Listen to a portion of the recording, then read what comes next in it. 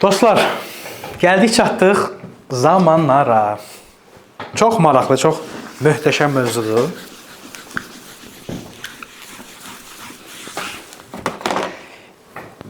Elə rahat öyrənəcəksiniz ki, zamanları sizin kimi bilən ölkədə olmayacaq. İstədiyiniz kimi fırlada biləcəksiniz, istədiyiniz formada danışa biləcəksiniz zamanlar haqqında və onu çox rahat şəkildə mənimsəyəcəksiniz. Birinci, buna heç zaman olaraq baxmayın ki, zamanlar, ayda ingilis dilində nə qədər çox zaman var. Elə deyil. Valla çox rahat, çox bəsitdir, özünüz görəcəksiniz. Bunu siz həvəslənəsiniz deyə demirəm. Həqiqi mənada çox rahatdır. Bunu bizim tələbələr də həmişə deyirlər ki, nə rahat imiş, niyə bunu belə qəlizləşdirirlər? Deməli, bu dərsimizin adı Present Simple-dır. Okay. Bunu biraz yanıma çəkim.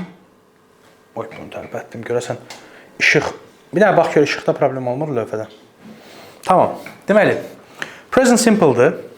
Yəni, indiki sadə zaman. Nə deməkdir bu indiki sadə zaman, bilirsiniz? Deməli, bunlar bilirsiniz ki, zamanları, məsələn, bizdə var indiki zaman, keçmiş zaman, gələcək zaman. Bunlar deyirlər ki, zamanlar dəyişir, indiki zaman belə fərqli formalarda ola bilər. Məsələn, deyirəm ki, mən Anderson'da öyrənirəm ingilis dilini. Bu bir indiki zamanda cümlədir. Amma bu o mənada ola bilər ki, mən Anderson'da öyrənirəm bu dəqiqə, yəni zəng edirsən, nə edirsən, heç nə Anderson'da ingilis dilini öyrənirəm bu dəqiqə. Bir də ola bilər ki, ümumiyyətlə soruşuram ki, harda öyrənirsən ingilis dilini? Deyirsən ki, mən Anderson'da öyrənirəm. Bax, bunlar ikisi fərqli mənadadılar. Biri bu dəqiqə davam eləyir, biri isə ümumiyyətlə gündəlik rutinimdir mənim. Deyirəm, mən Anderson'da ingilis dilini öyrənirəm. Bu dəqiqə yox, ümumiyyətlə. Tamam. Baxın, cümlə strukturumuz belə idi. Biz baş rolu qoyurduq, baş rol. Sonra qoyurduq to be, yəni am, is, are.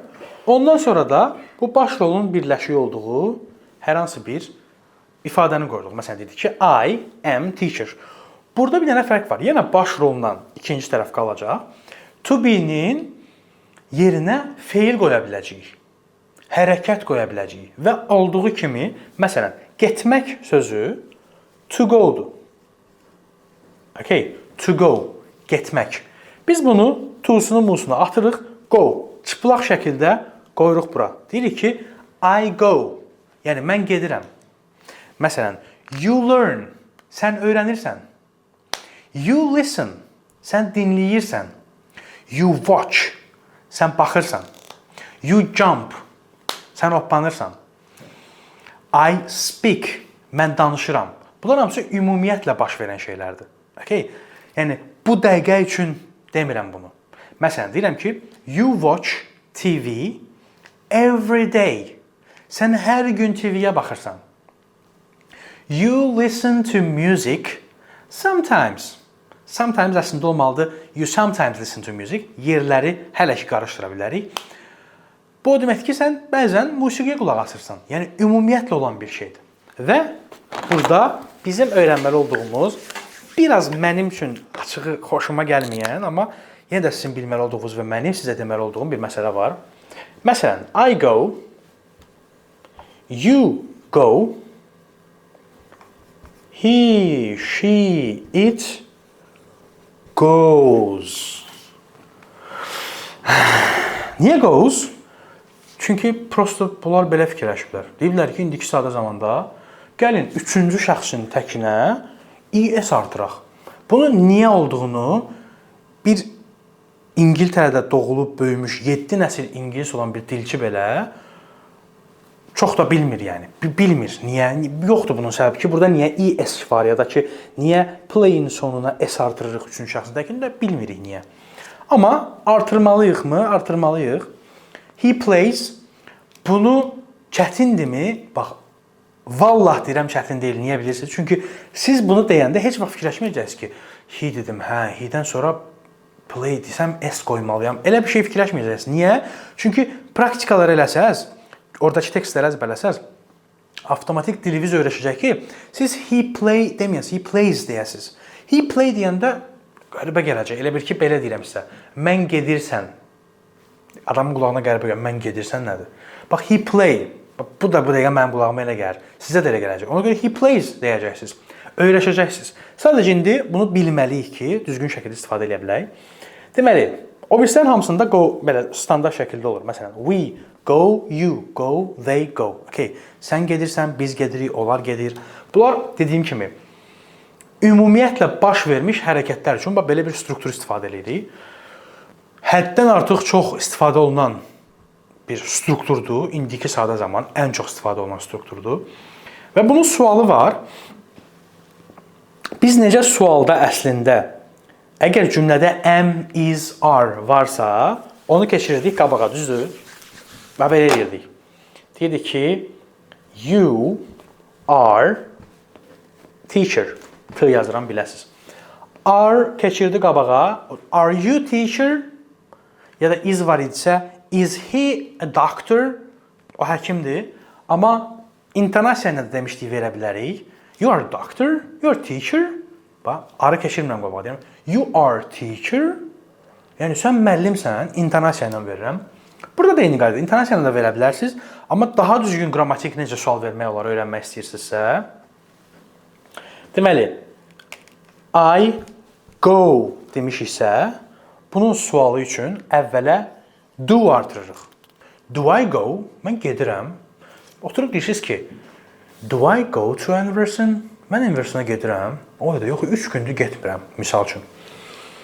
Do I learn English? Mən ingilis də öyrənirəm.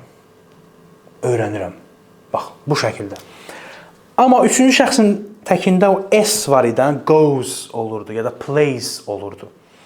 İndi deyəcəksiniz ki, müəllim, niyə go-da es artırdıq, play-də s artırdıq? Heç o barədə fikirləşməyin, onu öyrənmək belə vaxt itkisidir. Siz goes belə desəz, zaten heç hiss olunmayacaq, yazmada səhv ola bilər, amma onu növbəti praktikalarımızda avtomatik öyrənmiş olacaqsınız. Qəti şəkildə narahat olmayın.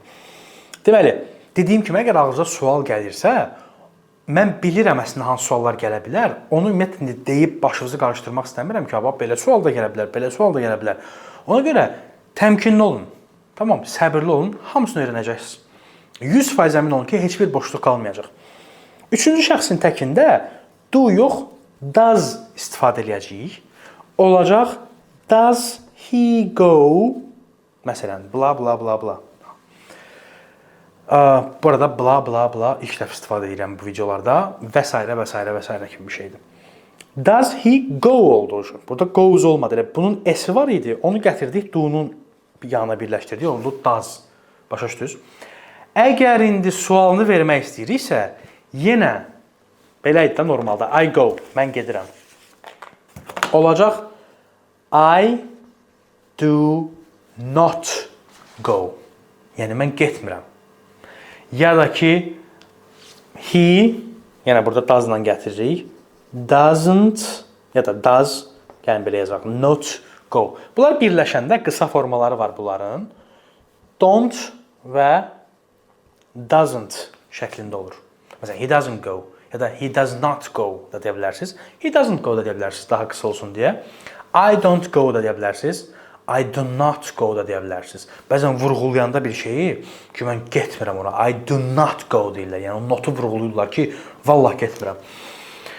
Deməli, nəyi öyrəndik, ümumiləşdirmək istəyirəm. Bu məsəlində videonu əvvələ qaytarıb baxa bilərsiniz. Bunun sadə formasını öyrəndik. Dedik ki, baş rolu qoyub, hərəkəti qoyuruq. Sualında do-dan istifadə edirik. İnkarda isə do-ya not artırırıq. Bu qədər bəsitdir. Bunu indi çoxlu gündəlik rutinimizdə məşq eləmək lazım. Mən nə edirəm? Yuxudan oyanıram. I wake up. Mən yuxudan oyanmıram. I don't wake up. Mən yuxudan oyanıram. Do I wake up? Sən yuxudan oyanırsan. You wake up. Sən yuxudan oyanırsan. Do you wake up? Sən yuxudan oyanmırsan. You don't wake up. Bu şəkildə çoxlu. Sonra nə edirəm? Əl-üzümü yuyuram. I wash my hands. My hands. My-ı əvvəl kitərsən yazıda salın. Do I wash my hands? Mən əllərimi yuyuram və bunu sürətləndirməyə çalışın. Bunu 100 dəfə deyin, 1000 dəfə deyin. Bunu əgər qəşəng şəkildə öyrənmək istəyirsinizsə, təkrar. Uşaqlar, dil vərdişdir. Nə qədər çox desəz, o qədər çox vərdiş eləyəcəksiniz və o qədər sürətli öyrənəcəksiniz. Bu qədər bəsitdir.